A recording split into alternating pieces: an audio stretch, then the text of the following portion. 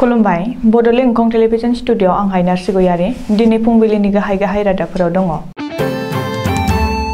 गुवाहाटी नलपारायाव गं 45 बर' नखरखौ सोरखारा एभेक्सन खालामनायखौ BGSMआ सोंखारिदों। बिश्नाथनि सतियायाव SBI एटिएमआव सिखावनि हापामुवा। फकिरगन्जआव बुरलुंबुथुर दैमानि गेजेराव मोनसेल' इन्जिन गोनां लन्चआ हरखाबै गाज्रि जादों।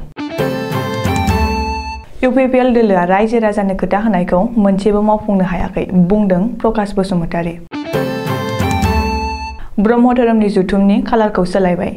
UBPOनि जथुमनि खालार सौग्रावनायनि जुनै ब्रह्म धोरोमनि जथुमखौ फावसयनाय जादों। बर' कसारी वेलफेयार अट'नमास काउन्सिलआ मोन्नैबो जथुमाव मदद हरगोन।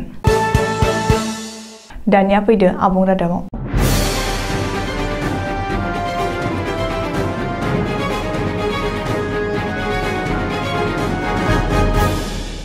कामरूप मेट्र' एबा गुवाहाटी नोगोरमानि साखाथियाव थानाय नलपारा गामिनि गासै गं 45 बर' नखरखौ आसाम सोरखारा समबारखालि जलजुरुमै एभेक्सन खालामनायखौ बड'लेण्ड जनजाति सुरक्षा मन्चआ थोंजोङै सोंखारिदों। BGSMनि मावफुं आफादगिरि दावराव देख्रेब नार्जारिया बुंदों दि आथिखालाव कामरूप मेट्र'नि नलपारा गामिनि रायजो राजाखौ एभेक्सन खालामनायखौ आसाम सोरखारा फरेस्टुवेल एक्ट 2006 नि आयेनखौ सिफायदों। मानो होनोब्ला 2006 मायथाइनि आयेनआ थागिबि ट्राइबेल माहारिखौ हाग्रा ओनसोलाव थानो एबा रायजो जानो मोननायनि मोन्थाय गथायदोंमोन।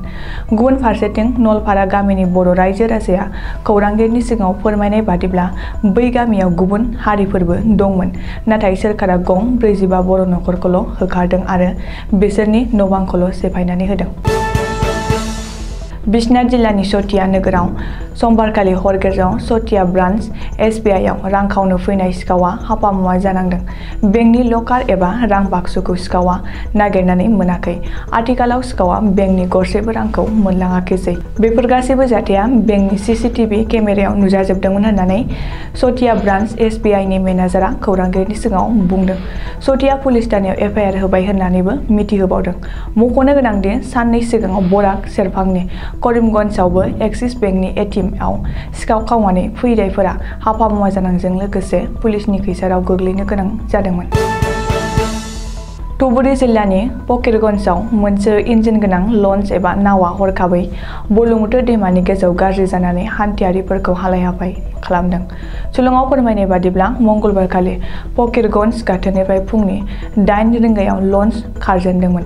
बेनि उनाव 8:30 रिंगायाव लामा ससेयावनो इन्जिनआ गाज्रि जादों। जाहोनाव 2 घन्टाहालागै बुरलुंबुथुर दैमानि गेजेराव हान्थियारिफ्रा हालाय-हाफाय जानांदों।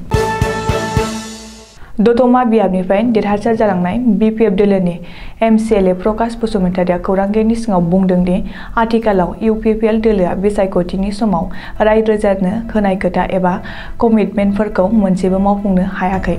मानो होनोब्ला UPPL दोलोआ बिसायख'थिनि समाव नखर साख्रि होगोन आरो बोसोरसेयाव 1 लाख बेखार लाइमोनफोरनो साख्रि होनानै बोसोरबायाव 5 लाख लाइमोनफोरनो साख्रि होनो रायजो राजानो खोथा होदोंमोन।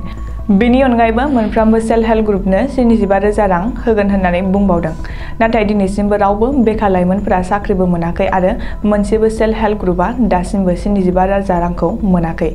बेनि अनगायैबो प्रकाश बसुमतारीया बुंबावदों दि आथिखालाव UPPL दोलोआ खुगाजोंल' खामानि मावो नाथाय मोगथाङाव जेखौबो मावनो हायाखै। गुबुनखौ दुसिनायनि अनगायै जेबो मावनो हायाखै।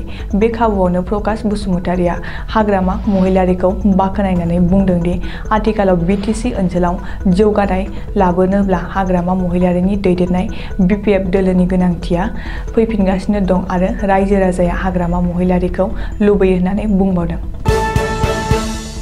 दुलाराय ब्रह्म धोरोम प्रचार समितिनि बोसोरारि जथुमनि खालारखौ सोलायनाय जाबाय।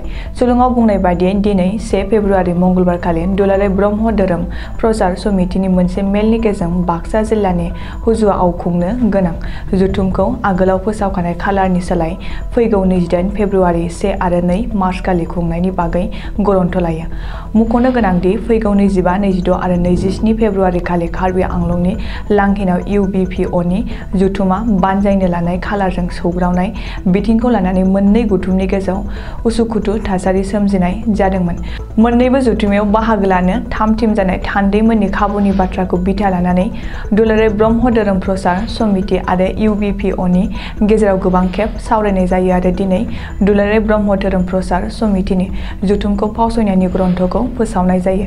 बे बिथिङाव बर' कछारी अइलफार अट'नमास काउन्सिलनि गाहाय मावफुं सोद्रोमा मिहिनीश्वर बसुमतारीनि बिथोनाव मावफुं सोद्रोमा अनिल बसुमतारीया जर'खा बिफाव लानानै मोन्नैबो गौथुमनि गेजेराव सावरायलायनायनि खाबु बानजायो आरो मावफुं सोद्रोमा बसुमतारीनि नुजाथिनाय मेलनि गेजेरजों दिनै दुलाराय ब्रह्म धोरोम प्रसार समितिनि बिथिंनिफ्राय गावसोरनि जथुमखौ फावसयनायनि ग्रन्थखौ फोसावनाय जायो।